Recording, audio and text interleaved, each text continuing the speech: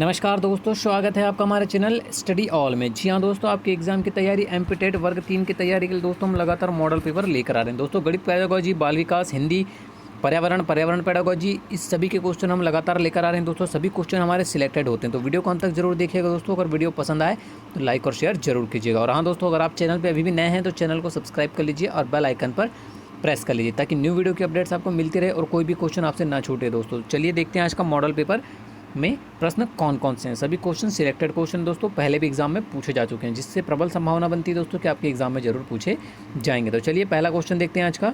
सहसावस्था के अंत में किस ग्रंथि के प्रभाव के कारण बालिकाएं अपने पिता के प्रति श्रद्धा का भाव रखती। बहुत ही अच्छा क्वेश्चन दोस्तों, आपको बताना है कि शैशव अवस्था के अंत में किस ग्रंथि के प्रभाव के कारण बालिकाएं जो होती है वो अपने पिता के प्रति श्रद्धा का भाव रखती है। इलेक्ट्रोग्रंथि, ऑडिपस, टेस्टेरॉन या प्रोजेस्टेरॉन। तो दोस्तों जिस ग्रंथि के प्रभाव के कारण जो बालिकाएं होती है वो अपने पिता के प्रति श्रद्धा का भाव रखती है, वो रखती है इलेक्ट्रोग्रंथि।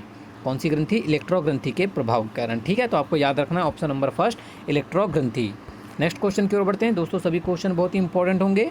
बालक का विकास वंशानुक्रम व वातावरण का है। आपको बताना है दोस्तों कि जो बालक का विकास होता है वो वंशानुक्रम और वातावरण का क्या होता है। योगफल होता है, गुणनफल होता है, शेषफल होता है या भागफल होता है। मोस्ट एमपी क्वेश्चन दोस्तों एग्जाम में रिपीट होता है ये क्वेश्चन। ठीक है, तो दोस्तों जो बालक का विकास होता है वो वंशानुक्रम और वातावरण का क्या होता है दोस्तों?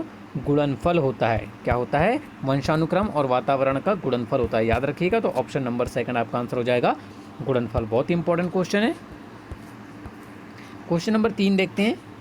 जीवन का सबसे कठिन काल है। दोस्तों ये क्वेश्चन आपको बाल विकास के पोर्शन में जरूर देखने को मिलता है बार बार, इसलिए हमने इस क्वेश्चन को इस मॉडल पेपर में शामिल किया है। गर्भावस्था, शैशवावस्था, किशोरावस्था या बाल्यावस्था। तो दोस्तों जीवन का जो सबसे कठिन काल कहा जाता है वो किसे माना जाता है? वो माना जाता है दोस्तों किशोरावस्था को। किसको माना जाता है? किशोरावस्था को ही जीवन का सबसे कठिन काल माना जाता है। याद रखिएगा, बहुत ही अच्छा क्वेश्चन है, ईजी क्वेश्चन है बट इंपॉर्टेंट क्वेश्चन एग्जाम के लिए। ठीक है, नेक्स्ट क्वेश्चन की ओर बढ़ते हैं।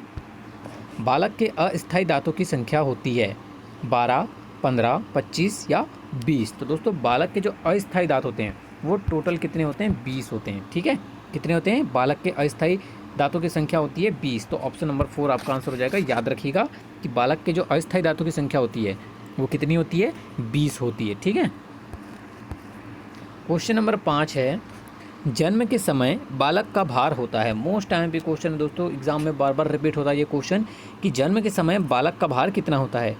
4 पाउंड, 10 से 11 पाउंड, 6 से 8 पाउंड, इनमें से कोई नहीं। तो दोस्तों आपको बताना है कि जन्म के समय बालक का जो भार होता है वो कितना होता है? वो होता है दोस्तों 6 से 8 पाउंड। कितना होता है? 6 से 8 पाउंड होता है। याद रखिएगा दोस्तों, बहुत ही अच्छा क्वेश्चन है कि जन्म के समय जो बालक का जो भार होता है वो 6 से 8 पाउंड तक होता है। ठीक है, नेक्स्ट क्वेश्चन देखते हैं। अनुवांशिकता के वास्तविक निर्धारक होते हैं। बहुत ही अच्छा क्वेश्चन दोस्तों, आपको बताना है कि अनुवांशिकता के वास्तविक निर्धारक कौन होते हैं? कोशिका, गुणसूत्र, न्यूरीन या कोश शरीर। तो दोस्तों जो अनुवांशिकता के जो वास्तविक निर्धारक होते हैं वो होते हैं दोस्तों गुणसूत्र। कौन होते हैं? गुणसूत्र होते हैं। याद रखिएगा, ऑप्शन नंबर सेकंड आपका हो जाएगा कि अनुवांशिकता के वास्तविक निर्धारण कौन होते हैं? होते हैं गुणसूत्र। आपको याद रखना है ये क्वेश्चन, बहुत ही अच्छा है। नेक्स्ट क्वेश्चन देखते हैं। Question number 7। बालक के विकास में महत्व है वंशक्रम का, वातावरण का, 1 व 2 दोनों का या भोजन का। तो दोस्तों बालक के विकास में जो महत्व होता है वो वंशक्रम और वातावरण दोनों का ही होता है। ठीक है, तो आपका आंसर क्या हो जाएगा दोस्तों? ऑप्शन नंबर 3, 1 व 2 दोनों। ठीक है, नेक्स्ट क्वेश्चन है क्वेश्चन नंबर 8। BF स्किनर के अनुसार बच्चों में भाषा का विकास निम्नलिखित का परिणाम है।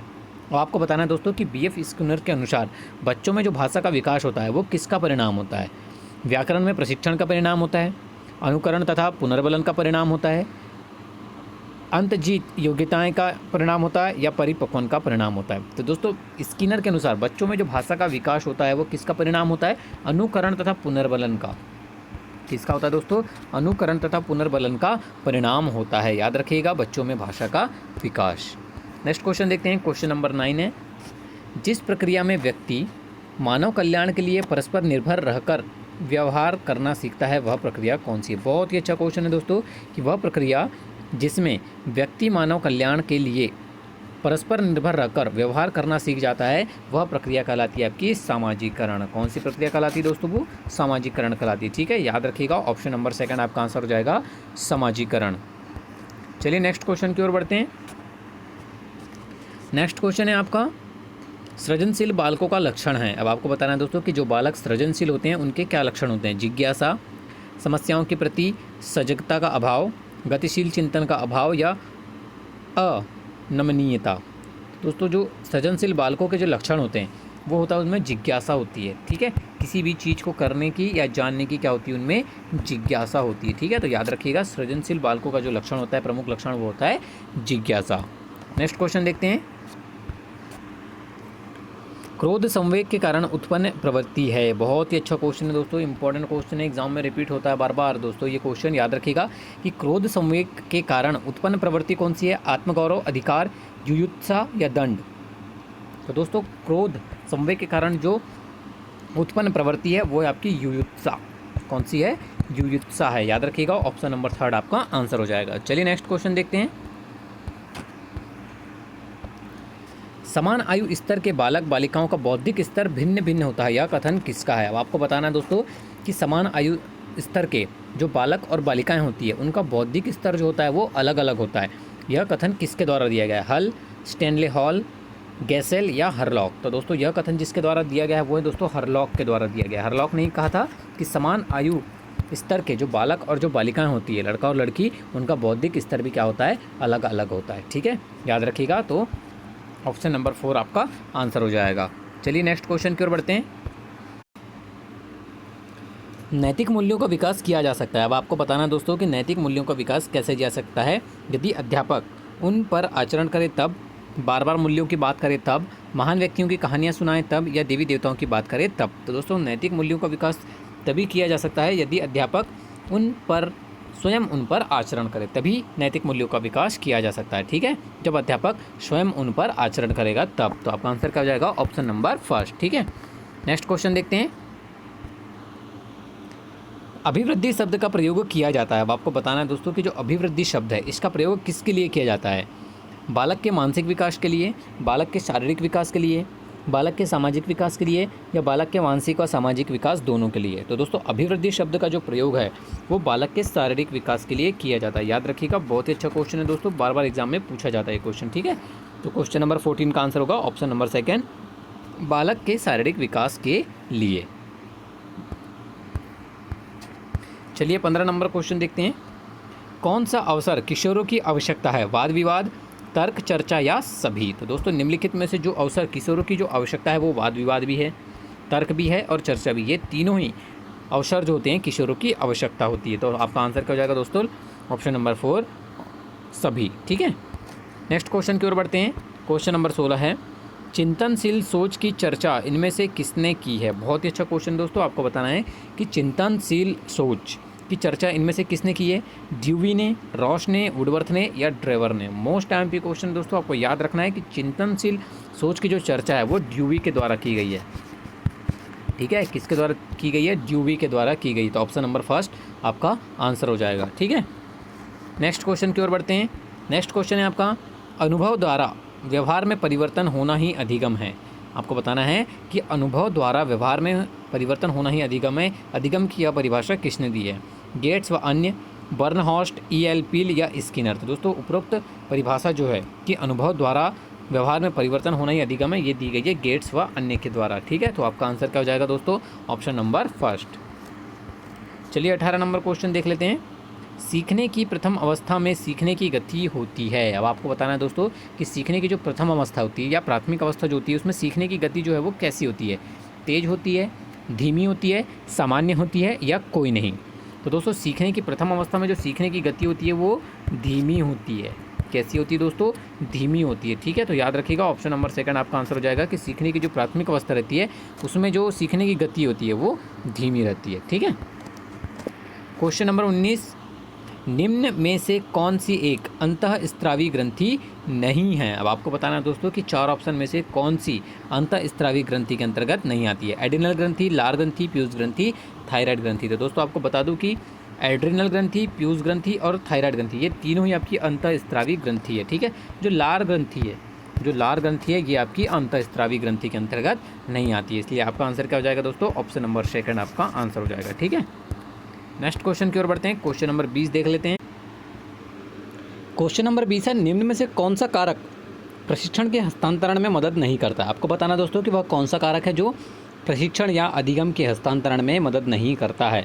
इच्छा शक्ति, उचित वातावरण, थकान या थकावट या परिपक्वता। दोस्तों निम्नलिखित में से वह कारक जो अधिगम या प्रशिक्षण के हस्तांतरण में मदद नहीं करता है वो दोस्तों थकान या थकावट। बाकी इच्छा शक्ति, उचित वातावरण और परिपक्वता ये तीनों ही आपके प्रशिक्षण या अधिगम के हस्तांतरण में मदद करते हैं। ठीक है, तो आपका आंसर क्या हो जाएगा, ऑप्शन नंबर थर्ड, थकान या थकावट। चलिए क्वेश्चन नंबर 21 देख लेते हैं। व्यवहारवाद के जन्मदाता हैं मेंडल, स्किनर, रॉबर्ट हुक या वॉटसन। दोस्तों सभी को पता है कि व्यवहारवाद के जन्मदाता कौन माने जाते हैं, वो माने जाते हैं दोस्तों वॉटसन। ठीक है, कौन माने जाते हैं व्यवहारवाद के जन्मदाता, वॉटसन माने जाते हैं। तो आपका आंसर क्या हो जाएगा दोस्तों, option number 4 Watson. Next question की ओर बढ़ते हैं। क्वेश्चन नंबर 22 देखते हैं।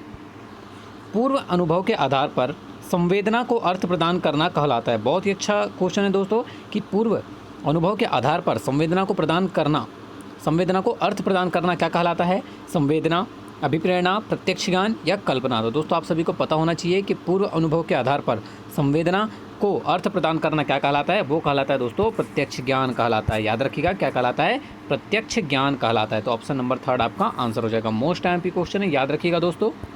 चलिए 23 नंबर क्वेश्चन देखते हैं आज का। 5 वर्ष के मोहन की मानसिक आयु 8 वर्ष है तो उसकी बुद्धि लब्धि कितनी होगी। दोस्तों अगर 5 वर्ष के मोहन, ठीक है, 5 वर्ष का जो मोहन है उसकी अगर मानसिक आयु 8 वर्ष है तो उसकी बुद्धि लब्धि जो है वो कितनी हो जाएगी दोस्तों, वो हो जाएगी उसकी बुद्धि लब्धि 160। कितनी हो जाएगी दोस्तों, 160 हो जाएगी। ठीक है, चलिए 24 नंबर क्वेश्चन देखते हैं।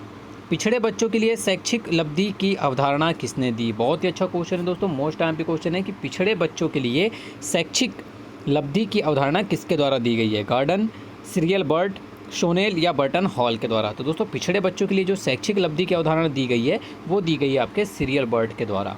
किसके द्वारा दी गई है दोस्तों, सीरियल बर्ट के द्वारा दी गई है। तो याद रखिएगा ऑप्शन नंबर सेकंड आपका आंसर हो जाएगा, सीरियल बर्ट।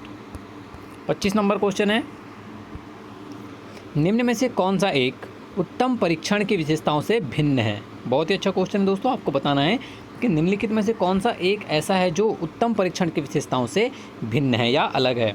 विश्वसनीयता, वस्तुनिष्ठता, वैधता या अभिक्षमता। दोस्तों निम्न में से जो एक उत्तम परीक्षण की विशेषताओं से जो भिन्न है वो है दोस्तों आपका अधिक्षमता। ठीक है, बाकी विश्वसनीयता, वस्तुनिष्ठता और वैधता ये तीनों ही एक हैं, बाकी जो भिन्न है वो कौन सा है, अभिक्षमता। तो आपका आंसर क्या हो जाएगा दोस्तों, ऑप्शन नंबर 4 अभिक्षमता। याद रखिएगा। क्वेश्चन नंबर 26 है, निम्न में से कौन सा बुद्धि का सिद्धांत नहीं है। एक तत्व सिद्धांत, द्वितत्व सिद्धांत, प्रत्यागमन सिद्धांत या बहुतत्व सिद्धांत। तो दोस्तों निम्नलिखित में से जो बुद्धि के सिद्धांत के अंतर्गत नहीं आता है वो है दोस्तों आपका प्रत्यागमन का सिद्धांत। ठीक है, प्रत्यागमन का सिद्धांत जो है वो बुद्धि के सिद्धांत के अंतर्गत नहीं आता है। बाकी एक तत्व सिद्धांत, द्वितत्व सिद्धांत और बहुतत्व सिद्धांत ये तीनों ही सिद्धांत आपके बुद्धि के सिद्धांत के अंतर्गत आते हैं। तो याद रखिएगा ऑप्शन नंबर थर्ड प्रत्यागमन सिद्धांत आपका आंसर हो जाएगा।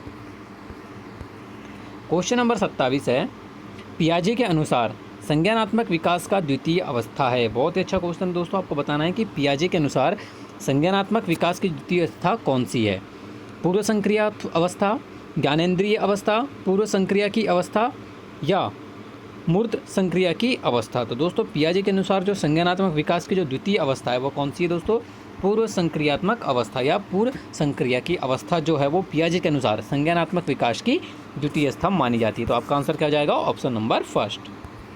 ठीक है, क्वेश्चन नंबर 28, क्रिया प्रसूत अनुकूलन सिद्धांत का प्रतिपादन किसने किया था। दोस्तों इजी क्वेश्चन है बट काफ़ी इंपॉर्टेंट क्वेश्चन है दोस्तों, क्योंकि बार बार एग्जाम में ये पूछा जाता है। ठीक है, तो आपको बताना है कि क्रिया प्रसूत अनुकूलन का जो सिद्धांत है वो किसके द्वारा प्रतिपादित किया है या इसका प्रतिपादन किसने किया है। तो आपको पता होना चाहिए दोस्तों ये किसने किया है, स्किनर ने किया है इसका प्रतिपादन। ठीक है, किसने किया है, स्किनर द्वारा इसका प्रतिपादन किया गया है क्रिया प्रसूत अनुकूलन सिद्धांत का। याद रखिएगा ऑप्शन नंबर थर्ड आंसर हो जाएगा आपका। क्वेश्चन नंबर 29 है, शारीरिक विकास को प्रभावित करने वाला कारक कौन सा है। वंशानुक्रम, वातावरण, खेल तथा व्यायाम या उपरोक्त सभी। तो दोस्तों सभी को पता है कि शारीरिक विकास को प्रभावित वाली कारक करने के अंतर्गत वंशानुक्रम भी आएगा, वातावरण भी आएगा और खेल तथा व्यायाम आएगा। तो दोस्तों आपका आंसर हो जाएगा ऑप्शन नंबर 4 उपरोक्त सभी। उपरोक्त सभी जो हैं वो शारीरिक विकास को प्रभावित करने वाले कारक हैं। ठीक है, चलिए 30 नंबर क्वेश्चन देखते हैं। व्यवहारवादी विचारक हैं कोहलर, पियाजे, वॉटसन या ब्रूनर। तो दोस्तों व्यवहारवादी विचारक कौन माने जाते हैं, आप सभी को पता है, वॉटसन। ठीक है, वॉटसन को ही व्यवहारवादी विचारक माना जाता है। ठीक है, तो आपका आंसर क्या हो जाएगा दोस्तों, ऑप्शन नंबर 3। ये थे दोस्तों आपके बाल विकास के 30 क्वेश्चन। दोस्तों सभी क्वेश्चन सिलेक्टेड हैं, एग्जाम में पूछे गए हैं, आपको पढ़ते ही समझ में आ गया होगा कि सभी क्वेश्चन इंपॉर्टेंट है। ठीक है, चलिए अब देखते हैं पर्यावरण के 30 क्वेश्चन। दोस्तों पर्यावरण के क्वेश्चन स्टार्ट होते हैं। पहला क्वेश्चन है और आज का 31 नंबर का क्वेश्चन है दोस्तों, जीवाणु के वातावरण के जीवित भाग को क्या कहते हैं। बहुत ही अच्छा क्वेश्चन दोस्तों, आपको बताना है कि जीवाणु के वातावरण का जो जीवित भाग होता है उसे क्या कहते हैं। अजैविक कारक, आवास, जैविक कारक या अजीवित कारक। तो दोस्तों जीवाणु के वातावरण का जो जीवित भाग होता है उसे क्या कहते हैं, आप सभी को पता होना चाहिए, उसे कहा जाता है दोस्तों जैविक कारक।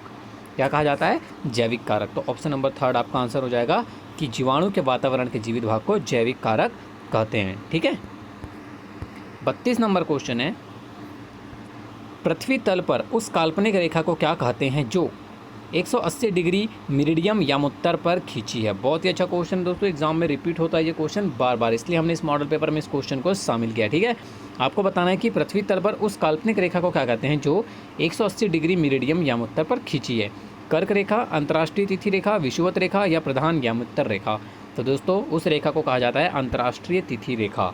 क्या कहा जाता है दोस्तों, अंतर्राष्ट्रीय तिथि रेखा कहा जाता है जो पृथ्वी तल पर उस काल्पनिक रेखा को कहते हैं जो पृथ्वी तल पर 180 डिग्री मेरिडियम यामोत्तर पर खींची है। ठीक है, याद रखिएगा अंतर्राष्ट्रीय तिथि रेखा, इंपॉर्टेंट क्वेश्चन है।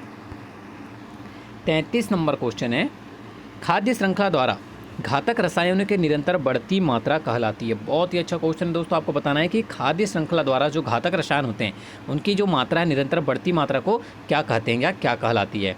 पारिस्थितिक संतुलन, जैव सांद्रण, खाद्य स्तर या जैव अपघटन। तो दोस्तों खाद्य श्रृंखला द्वारा घातक रसायनों की जो निरंतर बढ़ती मात्रा होती है वो क्या कहलाती है, याद रखिएगा जैव सांद्रण कहलाती है। बहुत ही अच्छा क्वेश्चन दोस्तों, बहुत ही इंपॉर्टेंट क्वेश्चन है। ठीक है, ऑप्शन नंबर 2 आपका आंसर हो जाएगा जैव सांद्रण। प्राकृतिक पर्यावरण के प्रमुख घटक हैं, आपको बताना है दोस्तों। क्वेश्चन नंबर 34 है कि प्राकृतिक पर्यावरण के प्रमुख घटक के अंतर्गत कौन कौन से आएंगे। सभी जीव आएंगे, भू आकृतिक कारक आएंगे, जलवायुवीय कारक आएंगे या ये सभी आएंगे। दोस्तों प्राकृतिक पर्यावरण के जो प्रमुख घटक के अंतर्गत आपके सभी जीव भी आ जाएंगे, भू आकृतिक कारक भी आ जाएंगे और जलवायुवीय कारक भी आ जाएंगे। ये तीनों ही आपके पर्यावरणीय प्राकृतिक पर्यावरण के प्रमुख घटक के अंतर्गत आएंगे। ठीक है, तो आपका आंसर क्या हो जाएगा, ऑप्शन नंबर 4। चलिए 35 नंबर क्वेश्चन देखते हैं, जल चक्र को नियंत्रित करता है। बहुत ही अच्छा क्वेश्चन है दोस्तों, इंपॉर्टेंट क्वेश्चन, एग्जाम में पूछा जाता है ये क्वेश्चन बार बार। पर्यावरण के पोर्शन में आपको जरूर देखने को मिलता है कि जल चक्र को नियंत्रित करता है घास स्थल, प्लवक, वन या ऊपरी रोही। तो दोस्तों कौन नियंत्रित करता है जल चक्र को, आपको पता होना चाहिए दोस्तों, वन। ठीक है, जो वन होते हैं वो जल चक्र को संपूर्ण तरीके से नियंत्रित करते हैं। तो आपका आंसर क्या हो जाएगा दोस्तों, ऑप्शन नंबर 3। ठीक है, याद रखिएगा इंपॉर्टेंट क्वेश्चन है आपके एग्जाम के लिए।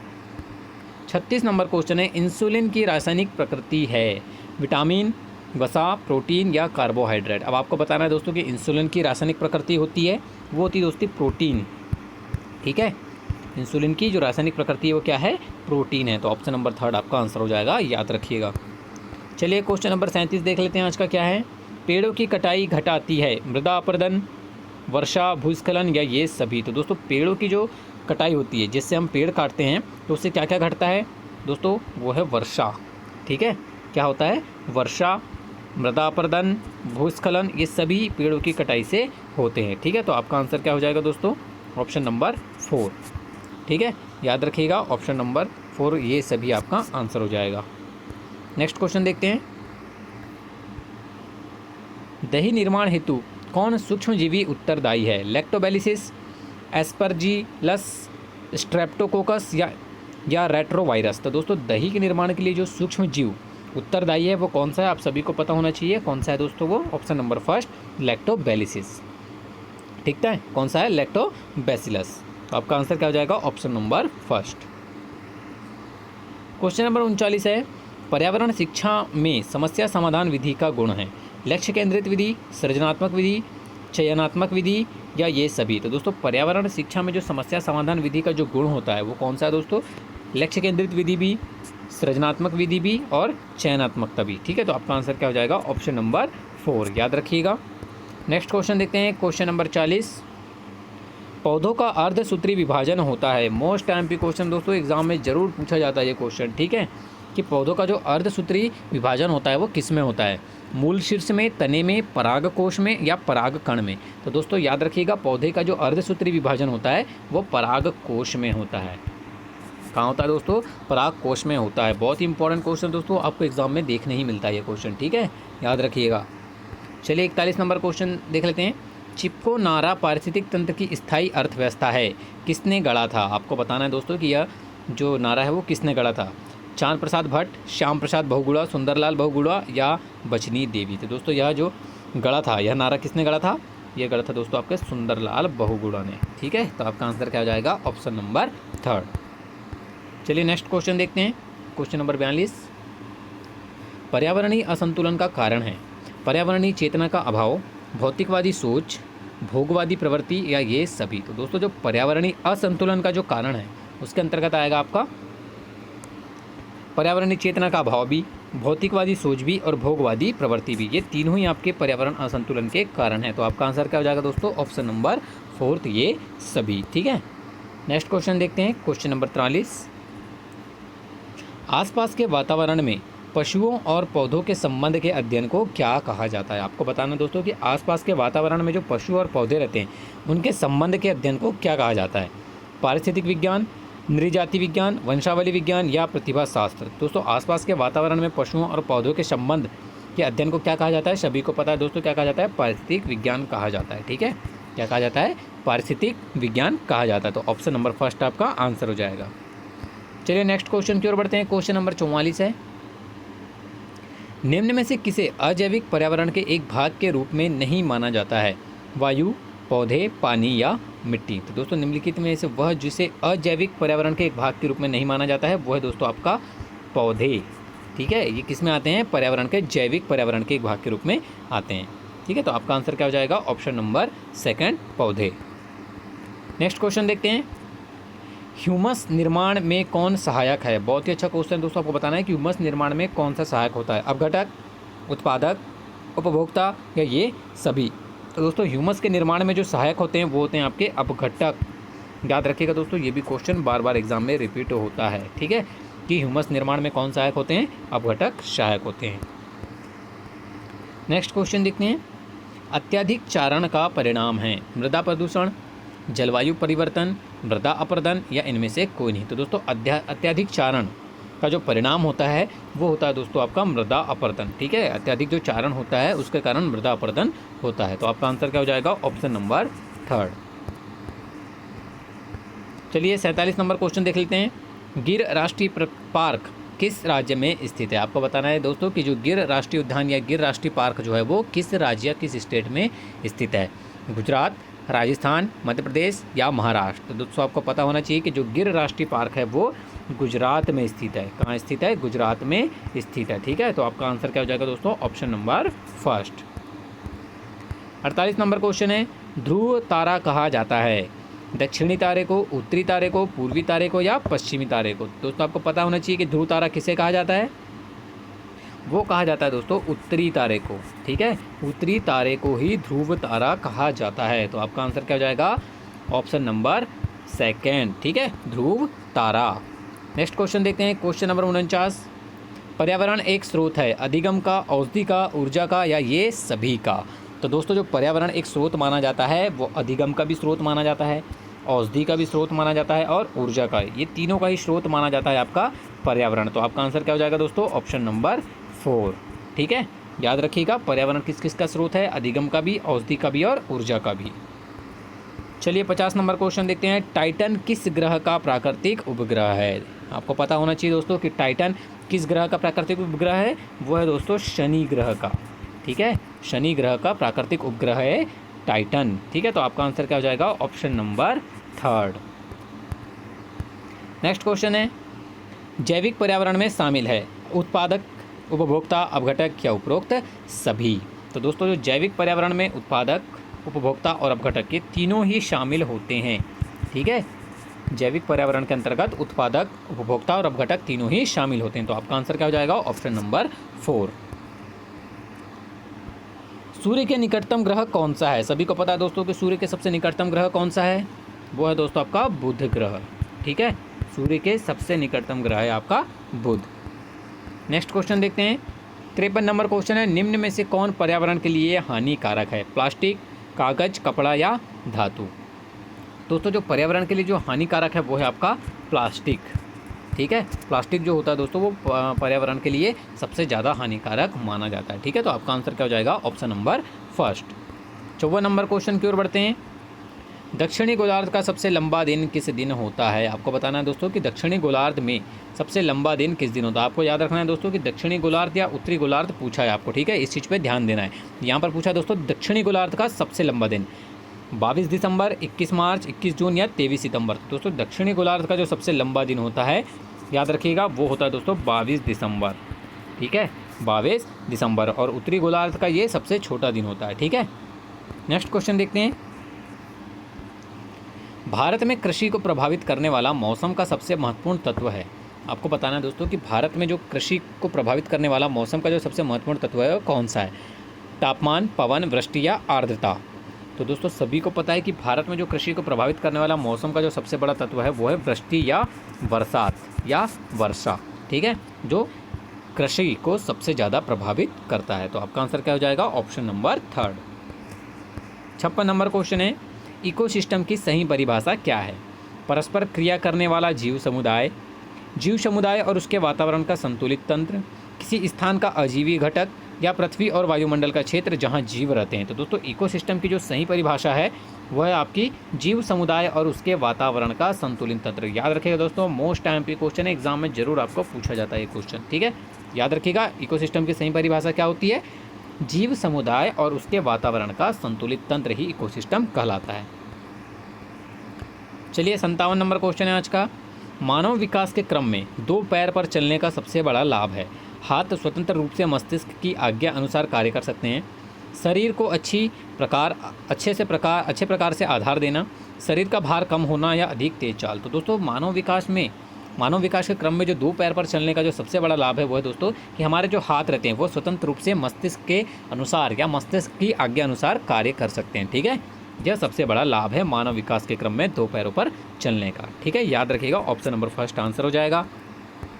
क्वेश्चन नंबर 58 है, भूकंप की तीव्रता मापने के यंत्र को क्या कहते हैं? दोस्तों हर एग्जाम में पूछा जाता है ये क्वेश्चन कि भूकंप की तीव्रता मापने वाले यंत्र को क्या कहते हैं? फिजियोग्राफ, कार्डियोग्राफ, सिस्मोग्राफ या बैरोग्राफ? तो आपको पता होगा दोस्तों सभी को क्या कहा जाता है? सिस्मोग्राफ कहा जाता है। ठीक है, भूकंप की तीव्रता मापने वाले यंत्र को। 59 नंबर क्वेश्चन है आज का। ज्वर नियंत्रण में आमतौर पर सबसे अधिक प्रयोग की जाने वाली औषधि है? ब्रूफेन, बी कॉम्प्लेक्स, पैरासीटामोल या ल्यू 52? दोस्तों सभी को पता है कि ज्वर नियंत्रण में आमतौर पर सबसे अधिक प्रयोग किए जाने वाली औषधि कौन सी है या दवाई कौन सी है? वो है दोस्तों आपकी पैरासीटामोल। ठीक है, कौन सी है? पैरासीटामोल है। चलिए आज का लास्ट क्वेश्चन देखते हैं दोस्तों। क्वेश्चन नंबर 60 है, जैविक समुदाय में प्राथमिक उपभोक्ता है। दोस्तों सभी को पता है कि जैविक समुदाय में जो प्राथमिक उपभोक्ता का, ठीक है, कौन होते हैं? वो होते हैं दोस्तों शाकाहारी जीव। ठीक है, जो शाकाहारी होते हैं वो प्राथमिक उपभोक्ता के अंतर्गत आते हैं जैविक समुदाय में। वीडियो को अंत तक देखने के लिए धन्यवाद दोस्तों। अगर वीडियो पसंद आए तो लाइक और शेयर जरूर कीजिएगा।